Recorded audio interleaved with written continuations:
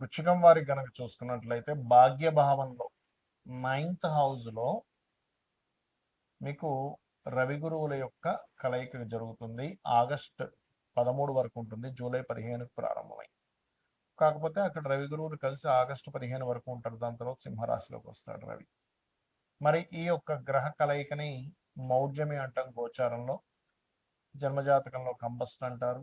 ఇది ఒక యోగాన్ని కూడా క్రియేట్ చేస్తుంది. దీన్ని జీవాత్మ సంయోగము అంటాం.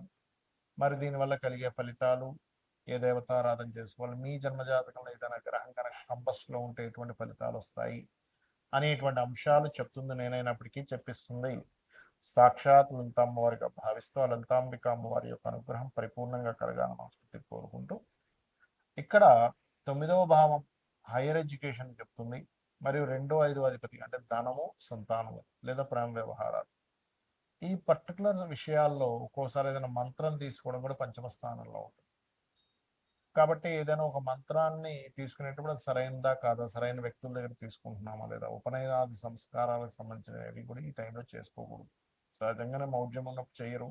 అందులోని ప్రత్యేకంగా మీకు 9వ స్థానంలో గురువు కనుక అస్తంగత్వ దోషంలోకి వెళ్ళినప్పుడు అసలు చేసుకోరు, గుర్తుపెట్టుకోండి. ఇక రెండవ విషయం ఏమిటి అని చెప్పి చూసుకున్నట్లయితే, ఇక్కడ ఈ ఈ యొక్క విషయం కనుక గమనించుకున్నట్లయితే, అంటే ఈ గురువు అస్తంగత్వ దోషంలోకి వెళ్ళిపోయినందుకు ధన పంచమాధిపతి అయినటువంటి గురువు కూడా అయినందుకు మీరు సంతానాన్ని పొందేటువంటి విషయంలో, షేర్ మార్కెట్ విషయాల్లో, బంగారం మీద ఇన్వెస్ట్మెంట్ చేసేటువంటి విషయంలో, పెద్ద మొత్తంలో ఎవరికైనా మనీని ట్రాన్స్ఫర్ చేసేటువంటి అంశాల్లో ఖచ్చితంగా జాగ్రత్తగా ఉండాలి. మరియు కాస్త గురువులతోని, తండ్రితోని తెలియని చిన్న చిన్న డిస్ప్యూట్స్ వస్తూ ఉంటాయి, గొడవలు అవుతూ ఉంటాయి. కాబట్టి ఈ విషయంలో చాలా జాగ్రత్తగా ఉండండి. ఇక మీరు నిత్యము చేయవలసింది కాలభైరవుడి యొక్క అష్టకం చేసుకోండి. ఇవాళ రేపు మనకు తెలుసు బ్యాంకింగ్ సంబంధంగా ఎన్నో ఫ్రాడ్స్ జరుగుతుంటాయి. ఎవరో వస్తారు, ఏదో డబ్బులు వేయాలంటారు, మీకు ఏదో స్కాన్ పంపిస్తుంటారు. ఇటువంటి విషయాల్లో చాలా జాగ్రత్తగా ఉండండి. రవి, గురువు, శుక్రుడు, కేతువు గ్రహాల దగ్గర దీపారాధన చేయండి, అన్ని విధాలు బాగుంటుంది. ఇక్కడ ఈ గోచారంలో రవి 8 degrees లోపల కనుక ఏదైనా గ్రహంలోకి వస్తే ఆ గ్రహాన్ని హస్తగతం చేసుకుంటాడు. ఎక్సెప్ట్ రాహువు, కేతువు ఆర్ బుధుడు కూడా కొంతవరకు ఎగ్జంప్షన్స్ ఉంటాయి. ఎందుకంటే బుద్ధికారకుడు బుధుడు ఎందుకు కనెక్ట్ అవ్వడం, అంత అస్తంగత్వ దోషంలోకి వెళ్ళిపోలేడు రవితో. మిగతా గ్రహాలన్నీ కూడా అస్తంగత్వ దోషంలోకి వెళ్తాయి. ఒకవేళ మీ జన్మజాతకంలో కనుక ఈ గ్రహస్థితి అస్తంగత్వ దోషంలోకి వెళ్ళినట్లయితే ఒక ఫలితాలు వస్తాయి. గోచారంలో సహజంగా ఇప్పుడు దీన్ని మౌఢ్యమి అని కూడా అంటూ ఉంటారు. మౌఢ్యమి సమయంలో ఏంటంటే గృహ ప్రవేశాలు, గృహ నిర్మాణాలు, వివాహాలు, లేకపోతే ఏదైనా కొత్తగా ఏదైనా పని, ఒక ఆఫీస్ పెడుతున్నాము, ఇటువంటివి చెయ్యరు సర్వసాధారణంగా. ఇంకా రెగ్యులర్గా పాటించేటువంటి, ఇప్పుడు రెగ్యులర్గా జాబ్ మారాలి, దానికి మౌఢ్యమితో సంబంధం లేదు, గుర్తుపెట్టుకోండి. కాబట్టి ఆల్రెడీ కన్స్ట్రక్షన్ నడుస్తున్నప్పుడు మీరు మధ్యలో మౌఢ్యమే నడుస్తుంది కదా అని ఆపాల్సిన పని లేదు. సో ఇవి ప్రధానంగా గుర్తుపెట్టుకోండి. అయితే ఈ మౌఢ్యమి యొక్క ప్రభావం తగ్గడానికి అందరూ కూడా సూర్య నమస్కారాలు చేసుకోవడం మంచిది. అయితే ఇక్కడ మీ పర్సనల్ చార్ట్లో కనుక మిగతా గ్రహాలు ఏవైనా మౌఢ్యమి దోషంలో ఉంటే ఏమిటి? సర్వసాధారణంగా మౌఢ్యమి దోషంలో మొట్టమొదటిగా మనం చూసుకుంటే చంద్రుడు అమావాస్య సమయంలో రవికి దగ్గరగా ఉంటాడు. అమావాస్యకి దగ్గరలో పుట్టినటువంటి వారు ఎవరైనా సరే స్వయం పాకం మీరు ప్రతి అమావాస్యకి పెద్దల కోసం, పితృదేవతల కోసం ఎంత స్వయం పాకం ఇస్తుంటే మీ లైఫ్ అంత బ్రైట్గా తయారవుతుంది. మానసిక రుగ్మతలు కూడా తగ్గుతాయి. ఎందుకంటే చంద్రమా మనసో జాతః అంటారు. కాబట్టి చంద్రుడికి సంబంధించినటువంటి ఆ బలం అనేటువంటిది పెరగడం జరుగుతుంది. ఇక రెండవది, కొన్నిసార్లు కుజుడు చాలా క్లోజ్ కంజంక్షన్లో ఉంటాడు. అయితే కుజుడు రవి కలిసి ఉన్నప్పుడు ఏంటంటే సర్వసాధారణంగా కొంచెం హైపర్గా ఉండడం, మనుషులు ఇట్లాంటివి జరుగుతూ ఉంటాయి. కాకపోతే ఈ కుజుడు ఎవరికైనా రవికి చాలా దగ్గర డిగ్రీల్లో 8 డిగ్రీల లోపల కనుక ఉన్నట్లయితే, మీరు ఏదైనా పొలాలు కానీ, స్థలాలు కానీ, ఏదైనా మిషనరీస్ కానీ కొనుగోలు చేసేటప్పుడు కొంచెం ఆ రవి మహాదశలు కానీ, కుజుడు మహాదశలు కానీ, రవి కుజ అంతర్దశలు కానీ జరిగేటప్పుడు ఎట్టి పరిస్థితుల్లో తీసుకోకూడదు. అందులో ప్రత్యేకంగా మీకు ఇది 4వ భావ సంబంధం వస్తే మరింత జాగ్రత్తగా ఉండాలి. ఎందుకంటే 4వ భావంలో ఏదైనా గ్రహం కంబస్ట్ అయినా కూడా ఆ పర్టికులర్ మహాదశలు అంతర్దశలు వచ్చేటప్పుడు ప్రాపర్టీస్ తీసుకోవడము. అయితే ఇక్కడ గ్రహం బట్టి కూడా ఉంటుంది. ఇప్పుడు చతుర్థ స్థానంలో బుధుడు కంబస్ట్ అయ్యాడు, అంటే బుధుడు పెద్దగా కవ్వడం చెప్పాను.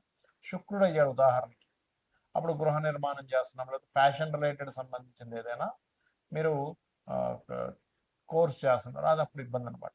ఆ రకంగా ఒక్కొక్క గ్రహం కనుక చూసుకున్నట్లయితే బుధుడైతే ఎలాగో అవ్వడం చెప్పుకున్నాము. గురువు కనుక కంబస్ట్ అయ్యాడు ఎవరికైనా, అప్పుడు అది పర్టికులర్గా పంచమ స్థానంలో కంబస్ట్ అయ్యాడు. ఆ టైంలో మీరు ఐవీఐలు, ఐయుఐలు, ఐవీఎఫ్లు ఇలాంటివి చేయించుకుంటున్నారు. సంతానం కలగకపోతే చేయించుకుని ఉంటారు చాలామంది. సో అలాంటివి మీకు మహాదశ అంతర్దశ అంటే రవి అంతర్దశ లేదా రవి మహాదశ, గురు అంతర్దశ, గురు మహాదశలు నడిచేటప్పుడు ఏమవుతుందంటే సంతానం విషయంలో మీరు వెచ్చించినటువంటి మనీ కానివ్వండి, పడినటువంటి శ్రమ కానివ్వండి, పాపం అక్కడ ఫ్రూట్ఫుల్ అవ్వకుండా ఉంటూ ఉంటుంది. సో గురువు కనుక ఇలా అయినప్పుడు మంత్ర సాధన చేసేవాళ్ళు, ఇంకొంతమంది పాపం గురువు కంబస్ట్లో ఉన్నప్పుడు తెలియక ఆ పర్టికులర్ టైంలో ఉపనయనాది సంస్కారాలు కూడా చేస్తూ ఉంటారు. పర్టికులర్గా ఈ యొక్క గురువు మౌఢ్యంలో ఉన్నప్పుడు ఉపనయనాది సంస్కారాలు కూడా చెయ్యరు. ఎందుకంటే గురువు యొక్క దృష్టి భూమి మీద రవి యొక్క అస్తంగత్వ దోషం, మౌఢ్యమి దోషం వల్ల పడట్లేదు. ఆ కిరణాలు పడనప్పుడు అది వేస్ట్ అవుతుంది. అదే రకంగా ఇప్పుడు ఈ గురువు అస్తంగత్వంలోకి లేదా మౌఢ్యమి దోషంలోకి వెళ్ళినందుకు మరలా ఒకసారి మనం ఆల్రెడీ గతంలో చాలాసార్లు చెప్పాము, ఒక 50 సార్లైనా బంగారం అప్ అండ్ డౌన్స్ అవుతూనే ఉంటుందని చెప్పాము. కాబట్టి ఏంటంటే ఈ యొక్క గోల్డ్కి సంబంధించింది ఏదైతే ఉందో ఇది కొంచెం స్ట్రక్ అవ్వడం కానీ, కొంచెం అప్ అండ్ డౌన్స్ అవడం ఎక్కువ తీవ్రత చెందుతూ ఉంటుంది ఇక్కడ. ఇక బాగా తగ్గడం లేదా బాగా పెరగడం లాంటివి కూడా జరుగుతాయి ఈ అస్తంగత్వ దోషం వల్ల. ఇక అదేవిధంగా శుక్రుడు ఎవరి జన్మ జాతక చక్రంలో అయినా శుక్రగ్రహం కనుక పర్టికులర్గా సప్తమ స్థానంలో కనుక అస్తంగత్వం అయింది, లేదా 12వ స్థానంలో కంబస్ట్ అయింది, గ్రహం కంబస్షన్ అంటారు దాని ఇంగ్లీష్లో, తెలుగులో అయితే అస్తంగత్వ దోషము అంటారు. సో ఆ రకంగా ఎవరికైనా శుక్రుడు అయితే పర్టికులర్గా పురుషులకైతేనేమో స్పర్మ్ కౌంటింగ్ తగ్గుతూ ఉంటుంది 12లో అయితే కనుక, లేదా సప్తమంలో అయినా వివాహం అవ్వడానికి కష్టం అవ్వడము, స్త్రీలకైతే కొంచెం ఎక్కువ జ్వరం రావడము, మరియు అదేవిధంగా వివాహ సంబంధించిన విషయాలు ఇబ్బంది అవ్వడం, ఏదైనా వాహనం కొనుగోలు చేస్తూ ఉంటే పర్టికులర్గా శుక్రుడు 4లో కంబస్ట్ అయితే కనుక వాహనం కొనుగోలు చేసేటప్పుడు లేదా గృహం కొనుగోలు చేసేటప్పుడు చూసుకొని కొనుగోలు చేయాలి. వీలైనంత మట్టుకు వాళ్ళ పేరు మీద వాహనాలు, గృహాలు లేకపోవడం మంచిది. ఉదాహరణకు చతుర్థంలో కేతు ఉన్న, చతుర్థ స్థానం పాడైనా, చతుర్థాధిపతి పాడైనా వాళ్ళ యొక్క జీవితంలో వాళ్ళ పేరు మీద వాహనం కానీ గృహం కానీ తీసుకోకుండా ఉంటే వాళ్ళకి చాలా బాగా కలిసి వస్తుంది. అంటే వాళ్ళ జీవిత భాగస్వామి పేరు మీద, వాళ్ళ పిల్లల పేర్ల మీద తీసుకోవాలి.